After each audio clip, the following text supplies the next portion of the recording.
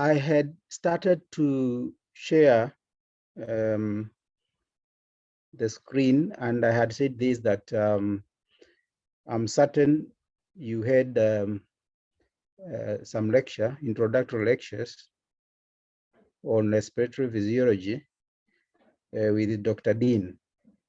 And this afternoon,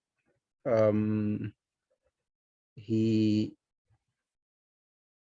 opted, we agreed that I take it up because he had finished in good time his lectures. And sorry for being late because I had other classes and competing interests. However, I've also said that I am made aware that from 4 o'clock, you should be having some other engagement, and therefore I have 1 hour.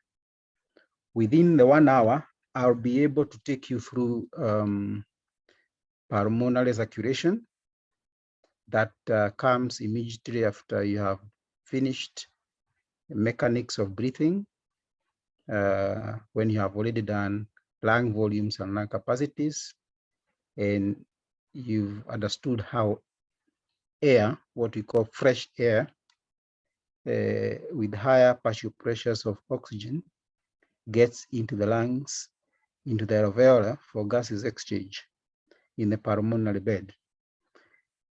And where we are at that point, we usually like discussing pulmonary circulation. I need to understand whether you've done systemic circulation with Dr. Bukashi. Have you done that, Chelsea? Systemic circulation with Dr. Bukashi? Yes. Very well. If that is done, then pulmonary circulation becomes easier to understand because we do it in comparison with systemic circulation.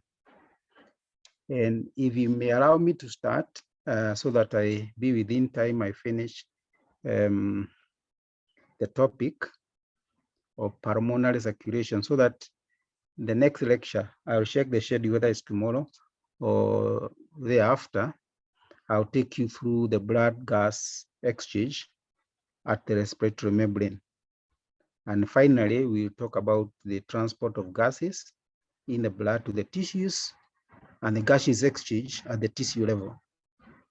So for today, I'll handle pulmonary circulation in 2 areas. One is I'll talk about the special characteristics, what we call the salient features of pulmonary circulation, and I'll do it in comparison with systemic circulation. Then I'll talk about pulmonary vascular resistance, which has got clinical relevance to this understanding. Dr. Kidenji? Yes. Are you moving your slides? Yes, I've moved them. Okay. From our end, your screen is frozen. When you clicked slideshow, it stopped. Like it's froze. So like we're just seeing the first slide. Okay. And that like it's like you've just clicked slideshow. Let me edit you then. At that point. Oh yes, now you can see. I think let me use this. If I expand, I know they're gonna get into issues. That is okay, isn't it? I can do it this way. Yeah. Okay, fine.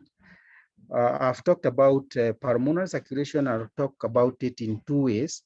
One will be the special characteristic, what we call the salient features that characterizes pulmonary circulation in respect to or in comparison with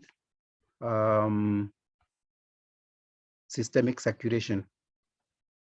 And number 2, I'll discuss pulmonary vascular resistance, which is of clinical relevance to the gases exchange. And an overview very quickly, because you've done this, is that the gases exchange air comes in from an atmosphere into the lungs. And at that point, that is what we refer to as pulmonary ventilation. And that air carrying more of oxygen, high partial pressures of oxygen, will require oxygen to diffuse from alveolar into the pulmonary capillary bed. And that constitutes external respiration, movement of oxygen from lungs into the blood, and the carbon dioxide, on the other hand, from the blood into the alveolar. Then the red side, of course, indicated in red to indicate that the blood is carrying more of oxygen. The partial pressures of oxygen are higher on this side, and this is a pulmonary vein leaving the pulmonary vasculature into the left side of the heart, the atrium, then ventricle. And when it contracts, the heart contracts, the blood is pumped into the aorta and is carried into all the parts of the body through the arterial side. This is oxygenated blood. And at that point, we talk about transport of gases, which I'm going to discuss in the next series of lectures. And when it reaches the tissue level, oxygen is released from the blood in the tissue, and the CO2, which is a metabolic byproduct, is released from the tissues to the blood. And that exchange is what we refer to as internal respiration, the movement of oxygen into the tissue from blood and CO2 from the tissue to the blood. And therefore, we can discuss respiration in terms of pulmonary ventilation, which we've already covered. Then external respiration. Then we have transport of gases, respiratory gases, basically oxygen and CO2, and internal respiration. On the other hand, the blood is coming back from the tissues to the heart and is having lower oxygen tension and is having more of carbon dioxide in it. And that's why I've labeled it blue in color, the thinner side, and the inferior vena cava and the superior vena cava joints, and gets into the right atrium, gets into the right ventricle, and when it is a systole there, it is pumped through the pulmonary artery into the pulmonary capillary bed, where exchange takes place, gaseous exchange takes place, and CO2 gets out into the alveolus and then into the atmosphere. And CO2 is taken up by plants during photosynthesis, and the byproduct of photosynthesis is CO2, is oxygen release, and the oxygen is what animals, including human being, needs, and that completes the cycle. So it's a complete cycle. With that understanding, therefore, I want to talk about the pulmonary circulation, that's the circulation from the heart through the pulmonary artery into the pulmonary capillary bed, and then back to the heart through the pulmonary vein into the left atria, left ventricle, and is pumped now to the systemic circulation. And this longer route is the systemic circulation, and the shorter route is the pulmonary circulation. With that understanding, I'm going to give you like 5 or 6 features that distinguishes pulmonary circulation in relation to systemic circulation. One is that the pulmonary circulation is also referred to as the lesser circulation. This is because it is a shorter route, as we have seen, compared to the systemic circulation, which we refer to as a greater circulation. The circulation is from the right ventricle through the pulmonary artery to the lung, that's a capillary pulmonary bed, and then pulmonary vein back to the heart. That's a shorter route. And therefore, it's referred to as a lesser circulation. Number 2 is that the pulmonary artery that rises from the right ventricle, as we have seen, it carries deoxygenated blood. Remember, arteries generally carries oxygenated blood, except 2 of them, that is the pulmonary artery and the umbilical artery, if you remember.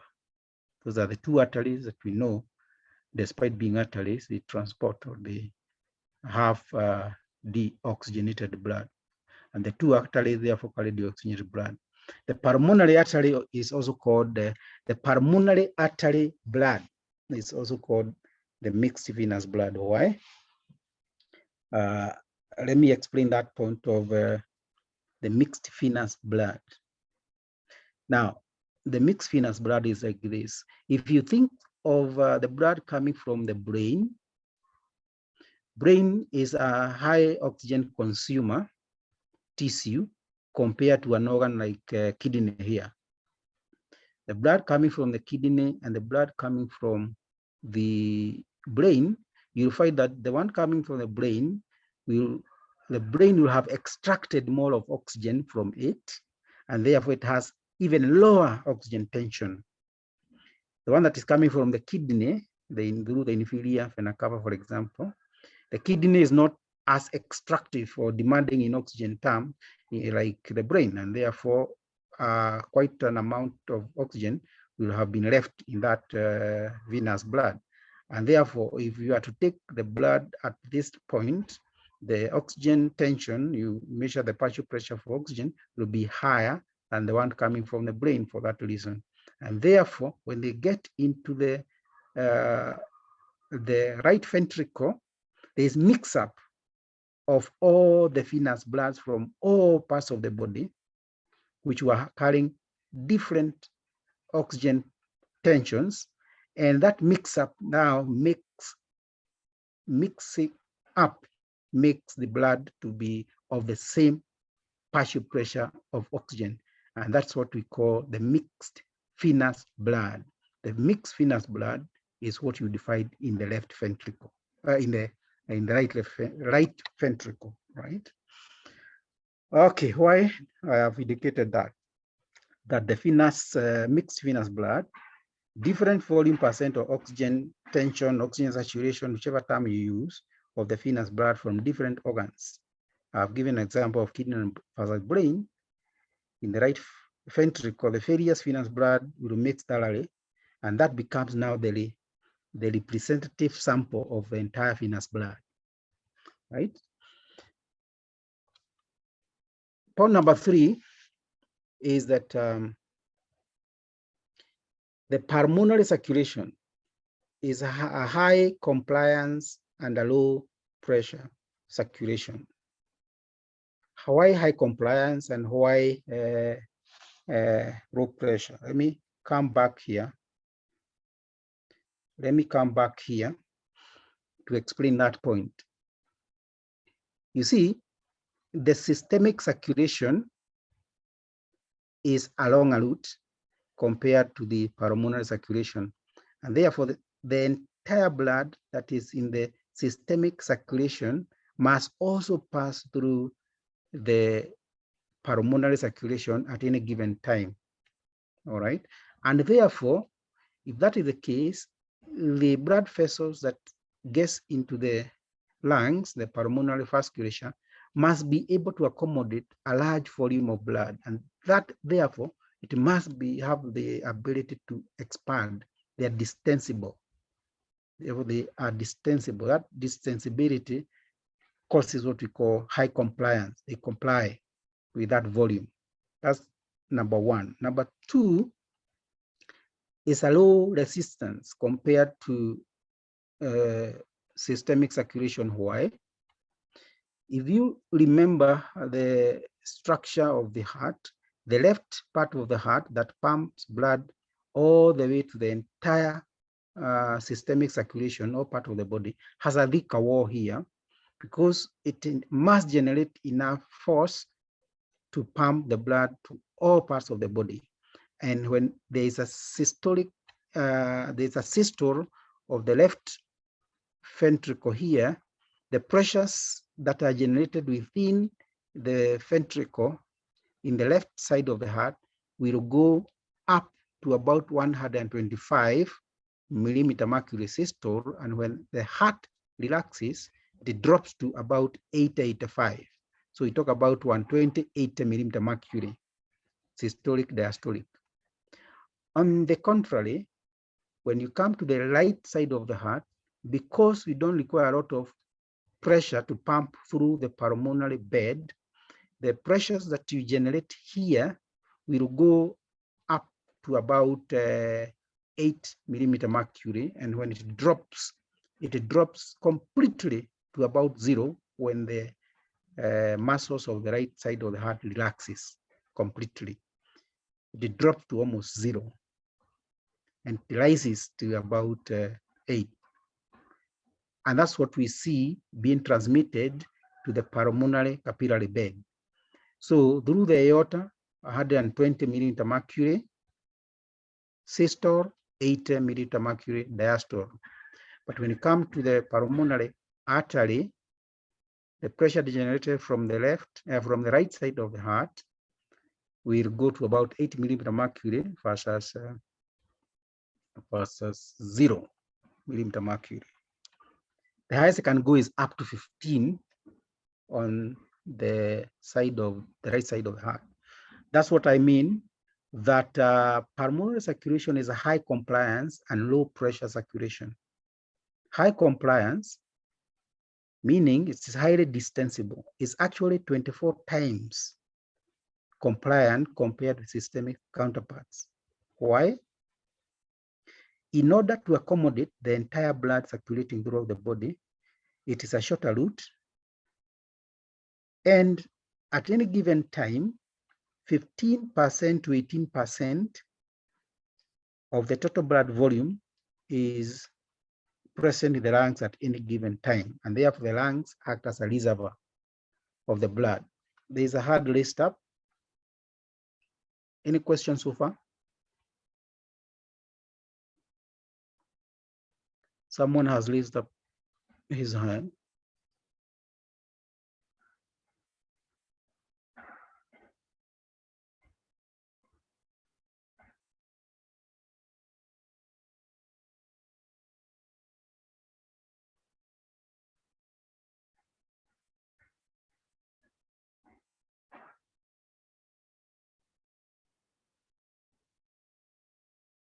I'm trying to look at your comments. Anybody with a question so far? Okay, let me continue. I'll try to go a bit slower on this. For that reason, therefore, the lungs will act as a reservoir of blood. At any given time, the lungs will hold about 15 to 18% of the total blood volume. And that reservoir is very important, as we'll learn as we move along, because it can be directed to areas that require more of oxygenation when there is need. And I'll talk about it as we move along. Why is it a low pressure circulation? That is pulmonary circulation compared to the systemic circulation. Left ventricular pressure are 5 times more than the right ventricular pressure. I've said the right ventricle generates about 125 millimeter mercury systolic pressure versus 80 millimeter mercury diastolic pressure, compared to the right side. When the right side contracts during systole, the highest it can go is 25 millimeter mercury, and the lowest it drops precipitously to about 0 to 1, thereabout. So it's a low pressure. And the pulmonary artery has a systolic pressure of 25 millimeter mercury and diastolic pressure of 8 millimeter mercury. Now I need to explain that.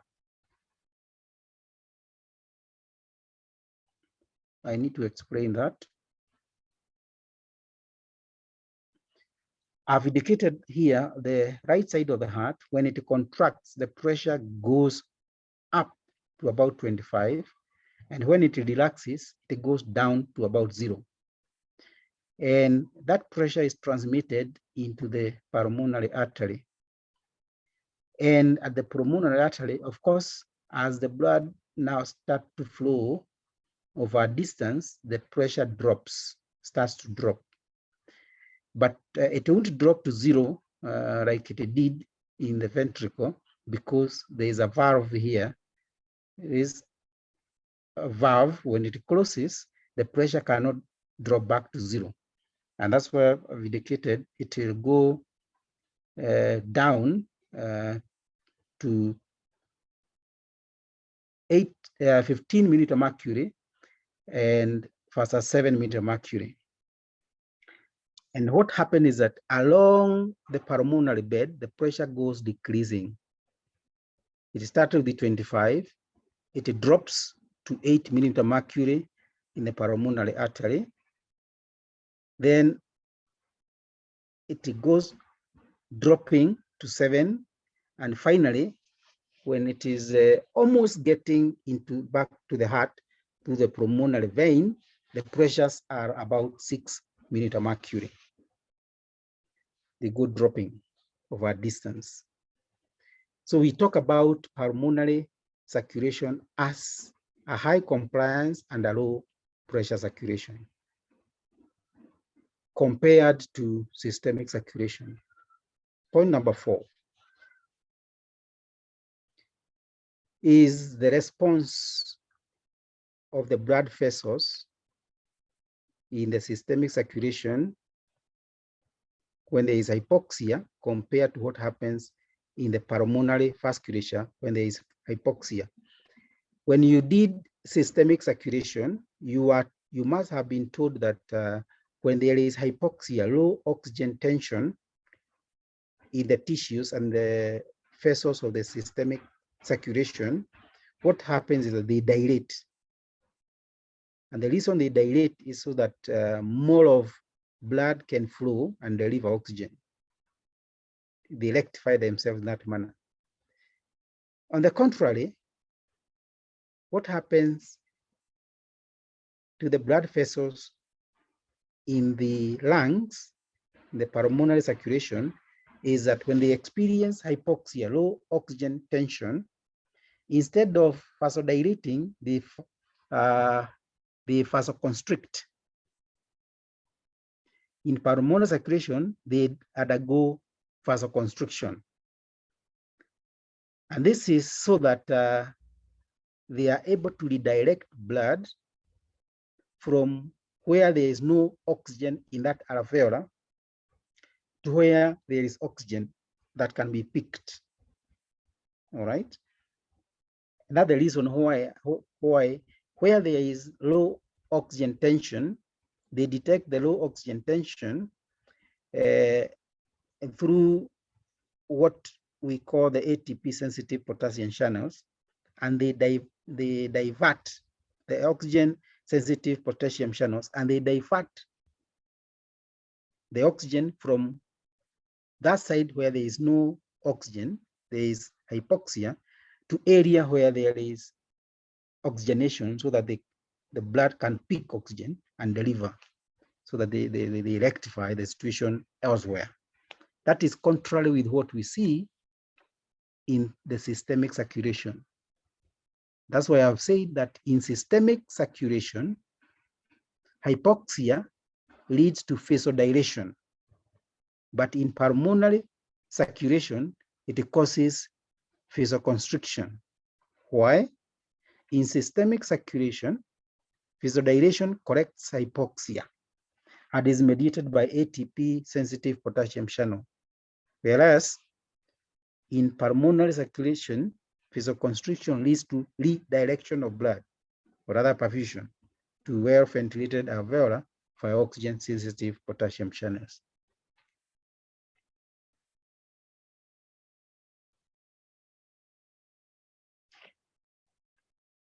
Point number 5 concerning pulmonary circulation that is important is this.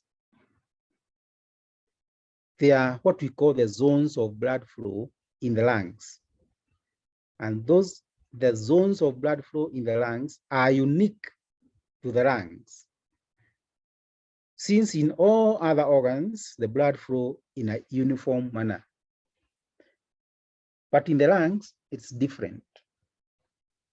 And these zones are not anatomical, but physiologic. They are physiological zones.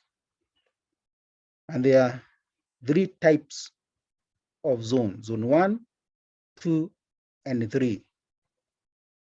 I'll explain that again using, let me use this diagram.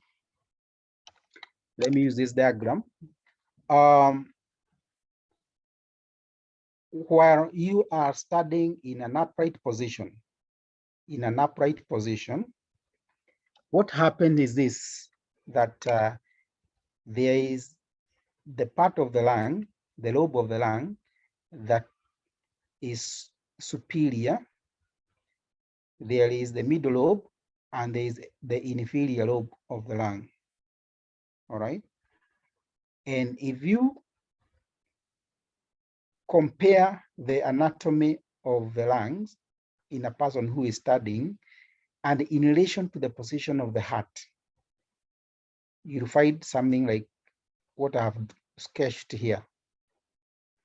The heart is at a lower position. There is a part of the lungs, a bigger portion of the lung that is above the heart. And physiologically, we divide it into zone 1 here, into zone 2, and zone 3. What happens is this: when the heart pumps the blood from the right ventricle, and the blood is now getting into the lungs, the pulmonary artery, of course, branches, and there are those pulmonary arterioles that will feed the portions of the lung that are in the superior part, in the middle, and in the lower.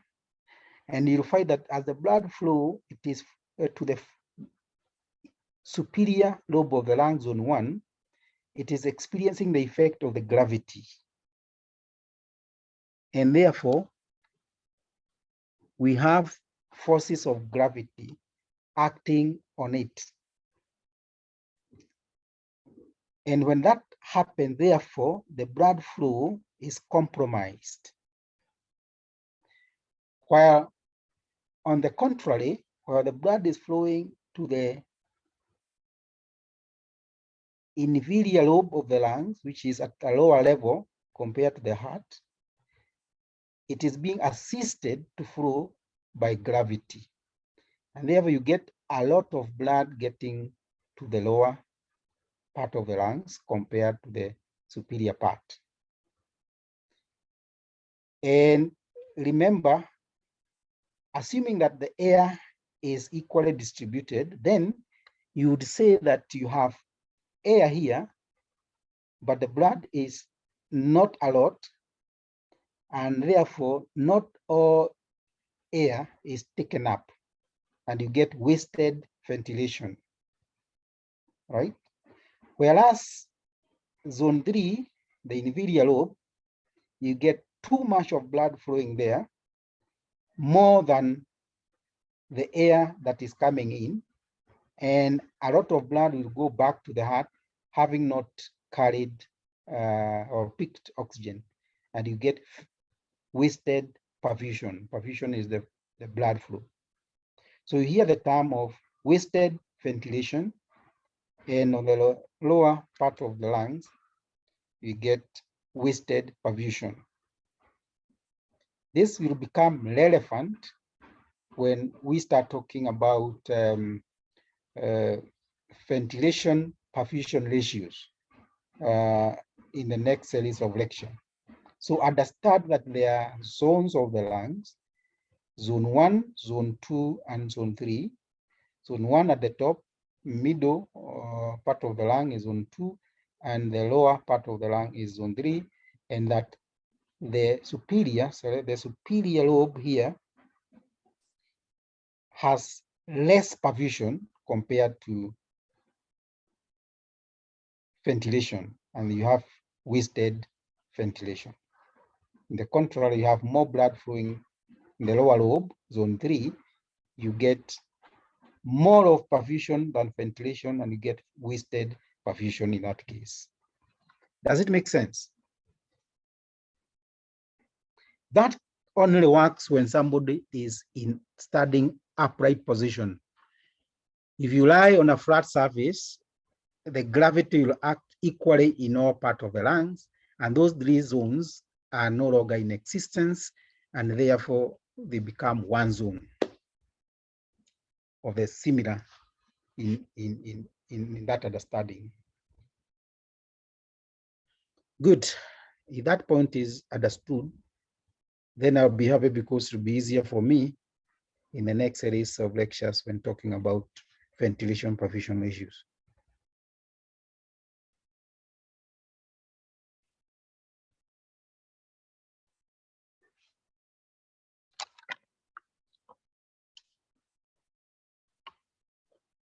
All right, I want to keep on checking on the chat to see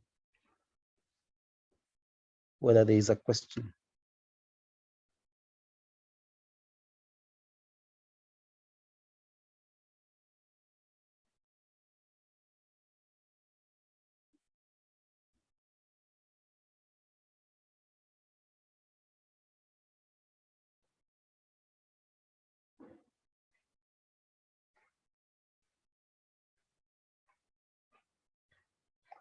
How does vasodilation correct hypoxia? I said in a systemic circulation, if you consider into the tissues, when there is vasodilation, more blood will flow to that tissue. And the more the blood flows, the more the oxygen is made available. And therefore it corrects the hypoxia.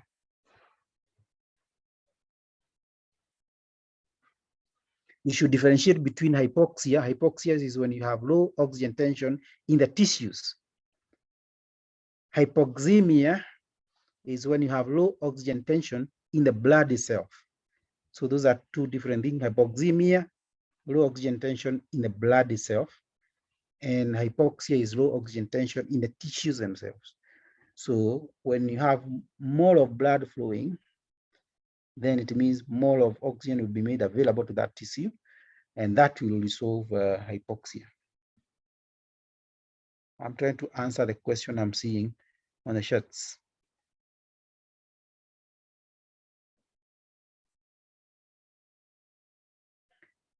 Somebody is asking that I kindly repeat the zones.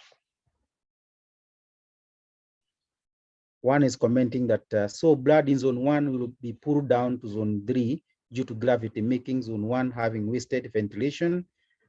Exactly, that's what I'm trying to say. And zone 3 wasted perfusion. Ama, yeah, mumeroaje, that's the point. That's how it should be understood.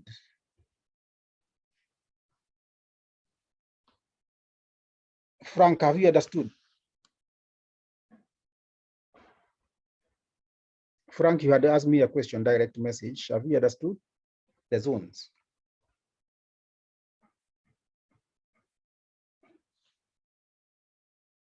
Or you're all muted?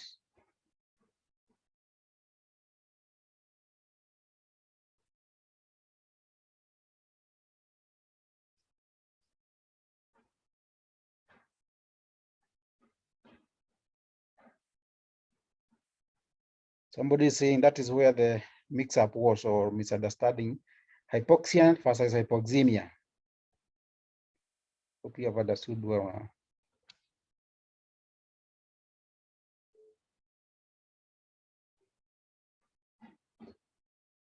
Someone else is asking me the relationship between ventilation and perfusion in this diagram.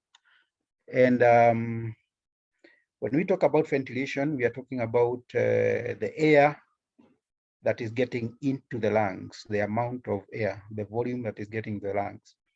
The perfusion, on the other hand, is the amount of blood that is being availed into the lungs to take up that air. And that's what I'm saying. In the next series of lecture, I'll talk about the ratio of the ventilation and perfusion, and I'll call it ventilation-perfusion ratio.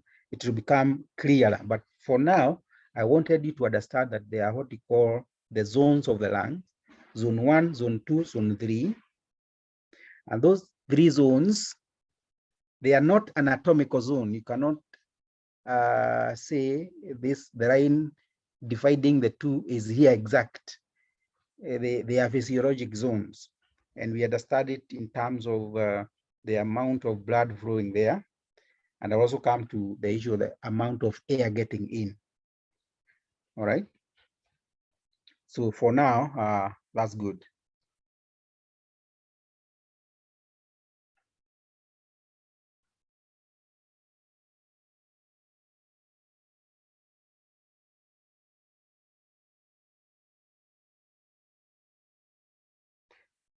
I clarify on wasted perfusion again.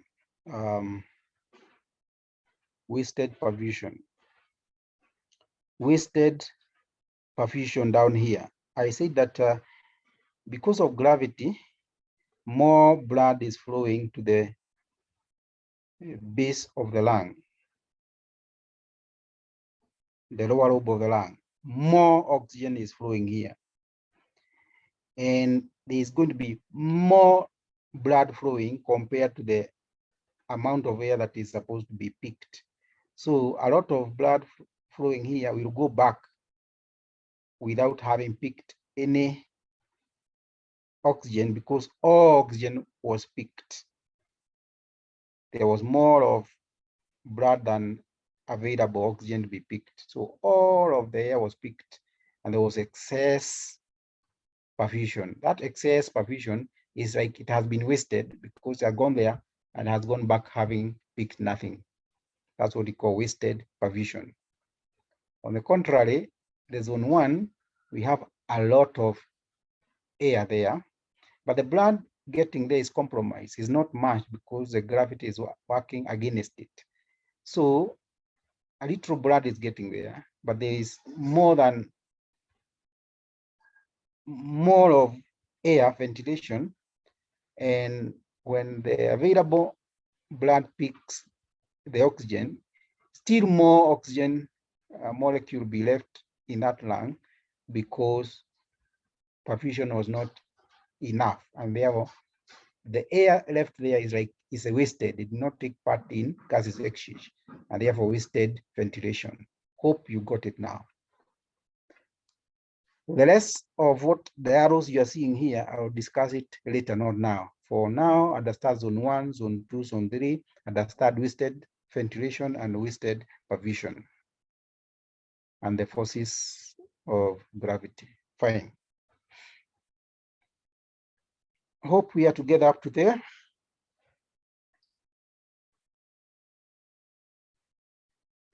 So what happens is this. The zones of the blood in the lungs are unique to the lung, since in all other organs, the blood flow is uniform, except in the lungs. Those zones in the lungs are anatomical, but they are not anatomical, but functional. So they are types of blood flows. The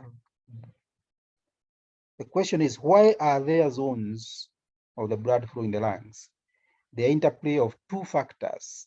The one that I have highlighted most is the gravity, the effect of the gravity on the flow of blood, the hydrostatic factor. There is also something we call alveolar pressure. Alveolar pressure. I'll explain the alveolar pressure. Allow me to come back here. You look at this lobe of the lungs. I have drawn an alveolar here. You see the upper part of the lung, the zone 1, the size of alveolar, the size of alveolar goes decreasing. All right.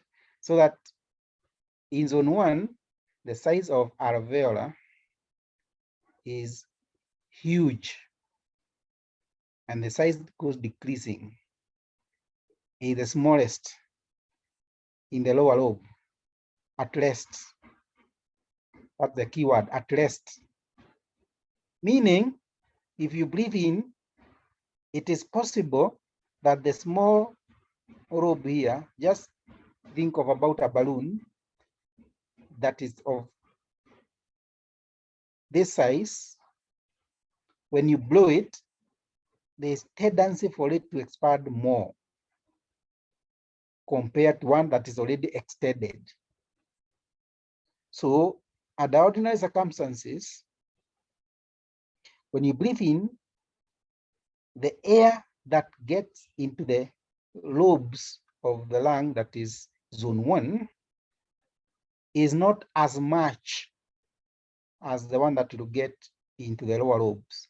Because at the lower lobe, this alveolar will stretch more and will accommodate more fresh air. I hope that point is clear. The alveolar goes decreasing in size from zone 1 to zone 2 to zone 3. Zone 3, at least, the alveolar is of a small size, and it has ability to expand very fast and in a huge way when the air comes in, when you breathe in. Whereas the one on zone 1, when the air comes in, it will not expand more. So the fresh air that will come in is not as much as in zone 3 compared to zone 1. I hope that is clear. So we usually use the term that when you are breathing normally, breathing in and out, the lower lobes of the lungs are better aerated. There is more fresh air coming in there because of that small alveolar ability to expand and take more fresh air in compared to the zone 1, where you have large alveolar naturally, which do not expand a lot, and therefore they do not accommodate fresh air as much. So they are not very well aerated.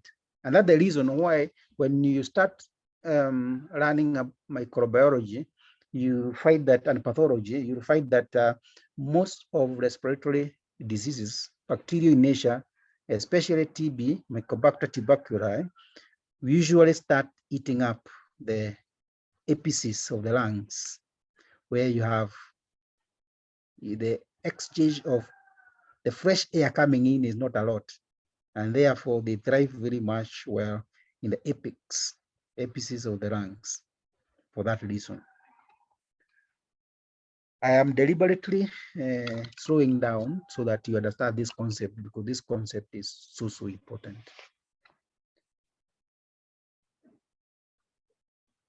If that's the case, then you allow me to move on, but let me check the chat.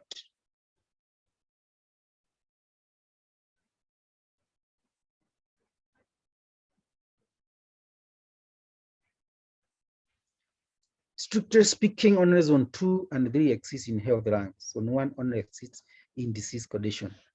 I'll explain that.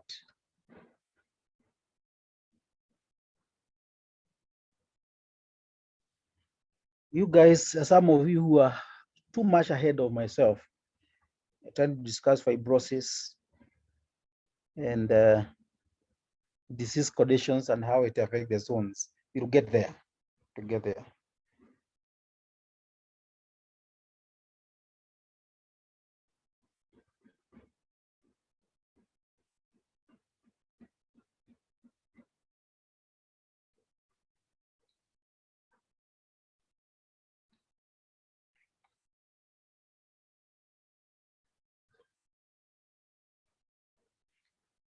Therefore, we say this. This is a concept I want also for you to know, that under normal circumstances, zone 1, we actually call it a zone of no blood flow in a normal physiologic man. Zone 2, we have intermittent blood flow. And zone 3, we have continuous blood flow. And this is when one is in upright position. When one lies in supine posture, flat, then the issue of the zone is abolished, and you have only one zone, and that is what we call zone conversion. zone conversion.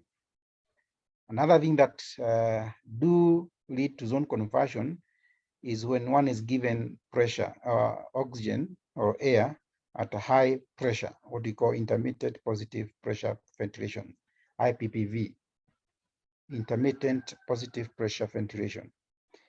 You get zone conversion where you overcome the issue of hydrostatic forces and the pressure, alveolar pressure.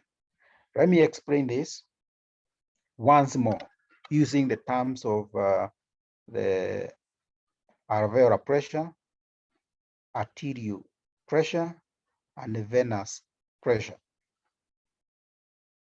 Alveolar pressure, you see, when you breathe in, the air fills the alveolar, and therefore there is pressure within the alveolar. We call it alveolar pressure. Now, when the blood is pumped into that alveolar through pulmonary artery, then it anastomosis to give the pulmonary arterioles and capillary bed, you get pulmonary artery pressure. Then on the other side, when the blood has flown through a pulmonary capillary bed, it gets in the pulmonary vein. So between the artery and the vein is the alveolus. If the alveolar pressure is higher than the arterial pressure, it occludes the blood vessel that is taking blood across the alveolar bed. And within that alveolar, therefore, there is no flow of blood. And that's what happens in zone 1. The alveolar pressure is higher than the arterial pressure. And of course, arterial pressure is usually higher than the venous pressure. So alveolar pressure occludes the blood vessel, and the arterial pressure, because it's lower than alveolar pressure, it's occluded, and therefore blood cannot flow there. And that's what we see in zone 1, and there is no blood flow. Then in zone 2, you find that at one point in time, the arterial pressure overcomes alveolar pressure. And at that point in time, there's a flow of blood. And then when you are breathing out, the reverse occurs. The alveolar pressure becomes, or rather, when you breathe in, the alveolar pressure becomes more than the arterial pressure. And there is reversal, there is occlusion. When you relax and you get to a functional residual capacity, the point at which you are breathing out normally, at that point, we call it the functional residual capacity. At that point, the equilibrium, then the blood starts to flow again. As zone 2, you get what we call intermittent blood flow. As zone 2, there is interchange between the flow of blood, the stoppage, the flow of blood, the stoppage. Whereas in the zone 3, the arterial pressure, because the blood flow there is a lot, is far much higher than alveolar pressure. In fact, even the venous pressure is also higher than alveolar pressure, and the blood will flow continuously. It's a continuous blood flow zone. You need to have that understanding.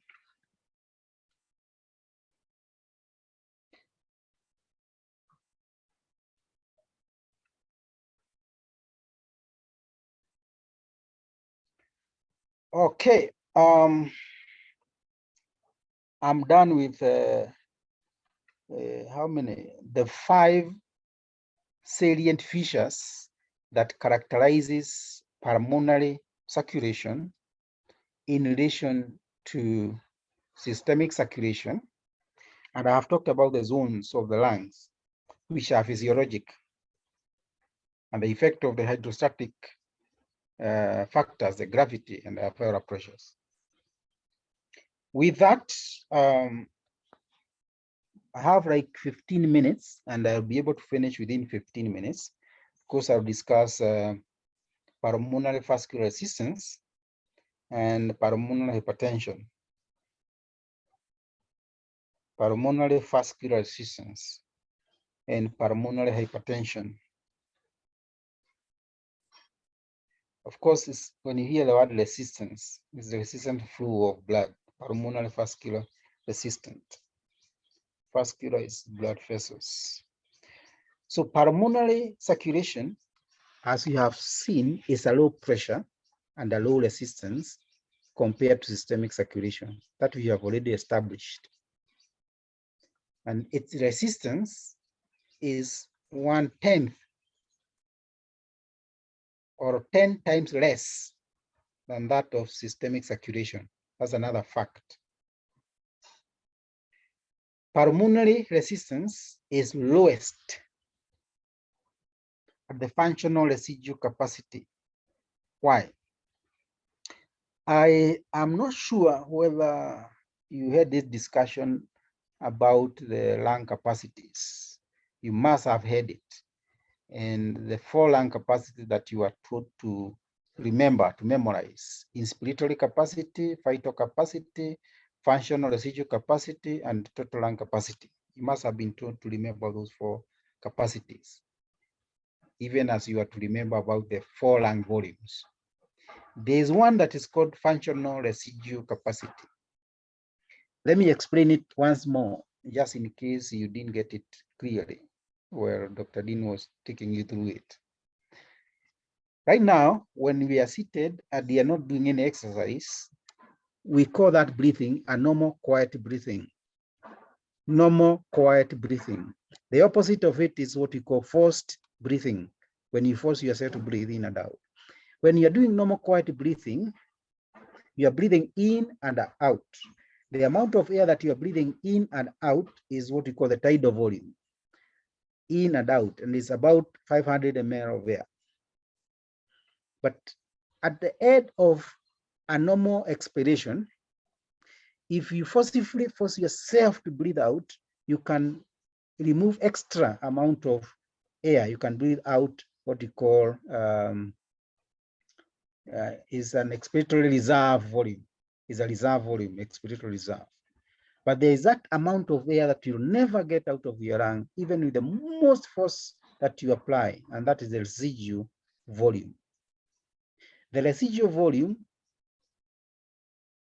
plus expiratory reserve volume is what constitutes functional residual capacity. In essence, in other words, the amount or the volume of air left in your lungs after a normal quiet expiration. That is functional residual capacity. At that point, that is the point at which the vascular resistance within the pulmonary vasculature is at its lowest. We call it equilibrium position of the respiratory system. Since the outward force of the thoracic cage and the inward force due to the tendency to recoil are equal and they cancel each other. And therefore, that is an equilibrium. And at that point, you get the lowest resistance within your lungs. And pulmonary capillary bed, that's another point. Pulmonary capillary bed contributes almost maximum 40% of total pulmonary vascular resistance. Why am I saying this? Because usually capillaries under normal circumstances are low in systemic circulation. Capillaries are low resistance vessels. Arteries and arteries are actually the high resistance vessels. And therefore, this is in contrast with the systemic system where arteries contribute maximally. And they become the major contributors for systemic circulatory resistance. In the contrary, when you come to the lungs, within the lungs is actually the capillaries within the pulmonary beds that contribute maximally the total vascular resistance. How much is this resistance? I want to, just in case you did physics, there is what used to be called Ohm's law. If you did not do physics, don't worry, I'll explain it in a very simple way. Ohm's law discusses, or rather describe, the relationship between the flow, the Q here is the flow of any fluid in a tube, and dP is actually the difference in pressure, and R is the resistance. Now, I want you to visualize it like this.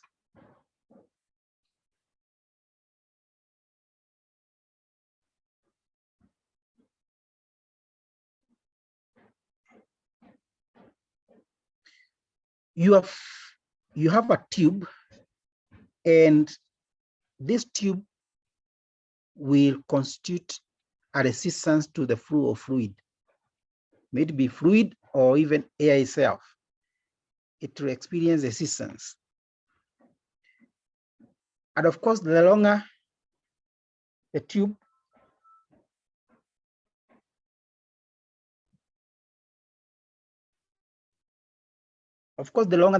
the higher the resistance. The smaller the radius of the tube, the higher the resistance. And according to Ohm's law, the flow of, may it be liquid or gas in a tube, can be described in terms of, is equal to the pressure difference from one side to the other, pressure difference divided by the resistance of that tube. The higher the resistance, of course, the lower the flow. And therefore, if you rearrange that, then you can say resistance, you bring it here, and the flow, you replace it there. Therefore, resistance become a factor of the pressure difference divided by the flow. This becomes important because we understand that the blood that you are able to pump, your heart is able to pump out within 1 minute, constitutes the cardiac output. Let me paraphrase this one. The amount of blood your heart pumps with a single stroke is the stroke volume.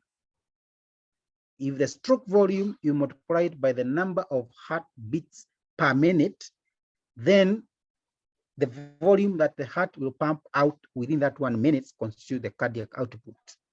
In a normal physiologic man, the cardiac output has been shown to be 6 liters per minute.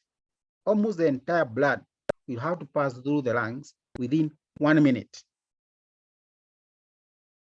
Now, we have on one side the arterial pressure, and on the other side, the venous side is the venous pressure. All right. This is the pulmonary artery pressure, which we said the mean arterial pressure. The mean arterial pressure is about 14 thereabout. And the pulmonary venous pressure is about 8. And therefore, the pressure difference is 14 minus 8 is about 6 millimeter mercury. So if you come and plug in your numbers there, the pressure difference we have seen is 6 millimeter mercury, is the 6 millimeter mercury.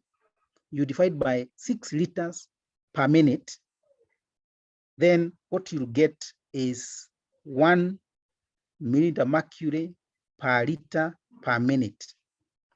And those are units. 1 millimeter mercury per liter per minute. This is the resistance that you define within the heart. Remember, we are talking about pulmonary vascular resistance. What is the clinical application of this information? The clinical application brings us to what we call pulmonary hypertension. I know you've done pulmonary, or rather systemic hypertension, when somebody is hypertensive, and you can measure the pressure going up using the BP machine, the cuffs. But there is also pulmonary hypertension. What is it? Clinical application: disease condition that causes hypoxia leads to pulmonary vascular constriction. Remember what we said. Hypoxia in the pulmonary capillaries causes vasoconstriction, unlike in systemic circulation. And therefore, any disease that can cause hypoxia, and they are there. Examples are pulmonary edema, pulmonary embolism, cardiovascular diseases, etc. They cause vasoconstriction that lead to increased pulmonary vascular resistance. And the condition that arises, the clinical condition, is called pulmonary hypertension or pulmonary arterial hypertension, PAH. And they are of two types. One is a primary pulmonary hypertension, and the secondary pulmonary arterial hypertension. Primary is where we also refer to it as idiopathic hypertension vasculopathy, simply meaning we don't know really the cause. We cannot isolate the cause. It's idiopathic. It's idiopathic. Secondary is when the underlying condition is known and can be isolated. You can see it is secondary to pneumonia. It's secondary to pulmonary edema. Now, the criteria for classification is like this. When you have sustained elevation of the mean pulmonary arterial pressure to more than 25 millimeter mercury at rest in a sustained manner, or above 30 millimeter mercury after an exercise. And remember, we had said that the pulmonary arterial pressure is 7 millimeter mercury. So if you find that it has gone to 25 millimeter mercury at rest, or above that even after exercise, then there's a problem, and this problem is an elevated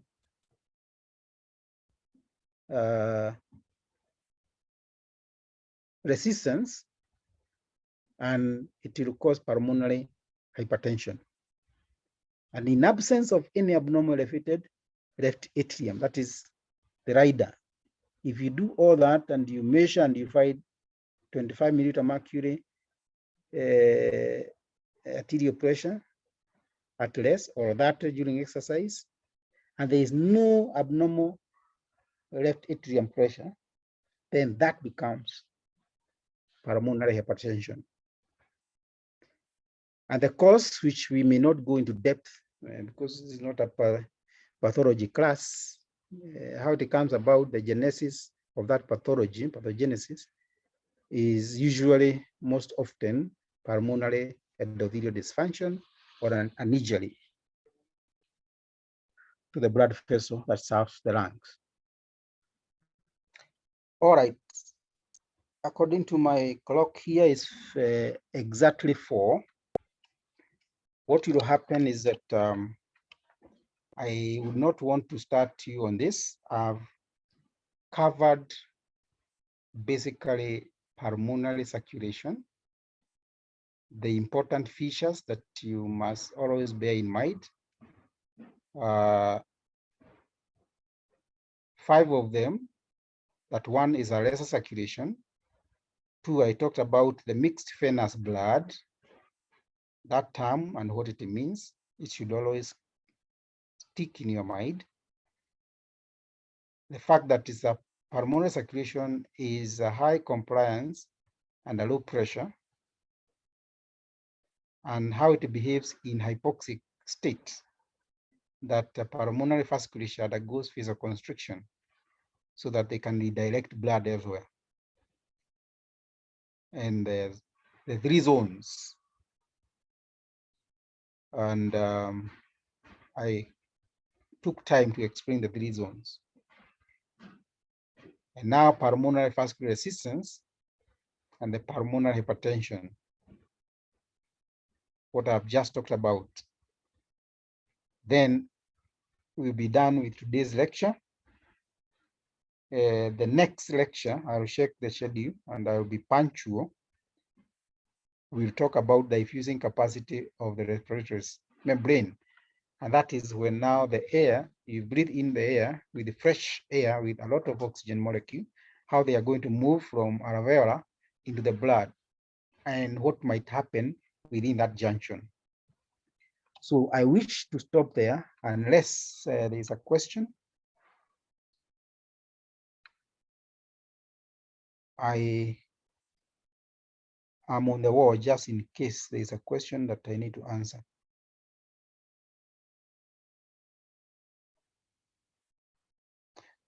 Haron Sami is asking that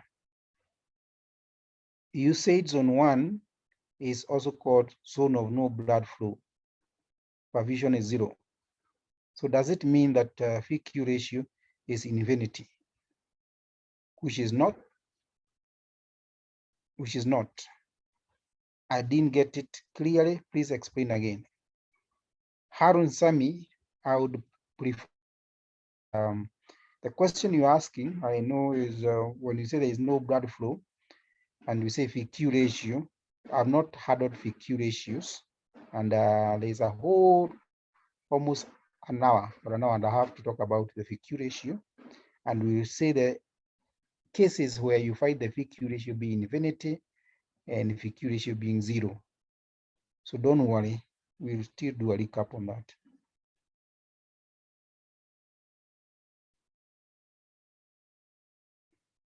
Could you explain again how pulmonary resistance lowest at functional residual capacity?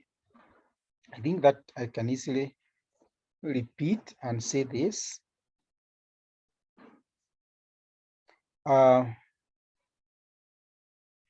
First of all, you need to understand what is the functional residual capacity. At what point do we say what is within your lung is a functional residual capacity? Is at the end of a normal, quiet breathing out. A normal, quiet breathing out.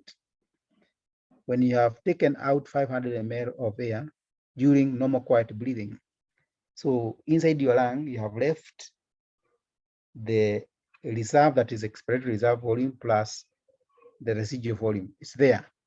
And that's what takes part in gases exchange. At that point, there are 2 forces that are acting in your lungs. One, remember the thoracic cage is moving outwardly and upwardly. That must have been mentioned when you are taking in air. At the same time, the lungs are trying to recoil back. The alveolars are trying to recoil back, just like the way you would blow a balloon and you are releasing it slowly.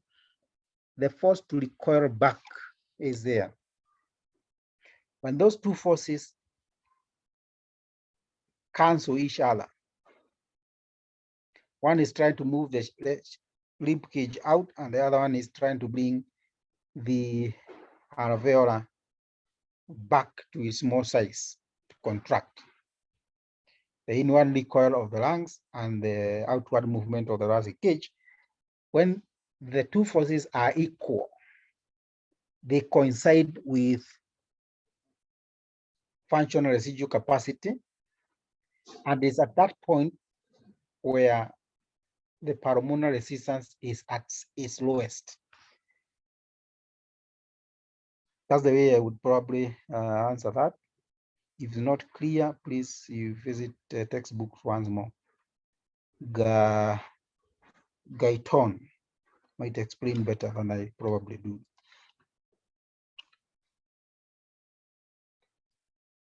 All right, ladies and gentlemen, it's 4:05, and I would want to add there. Thank you for participating. That was a very good turnout of 400 plus. Next time, I promise you I'll keep time and be punctual. Thank you very much. Thank you.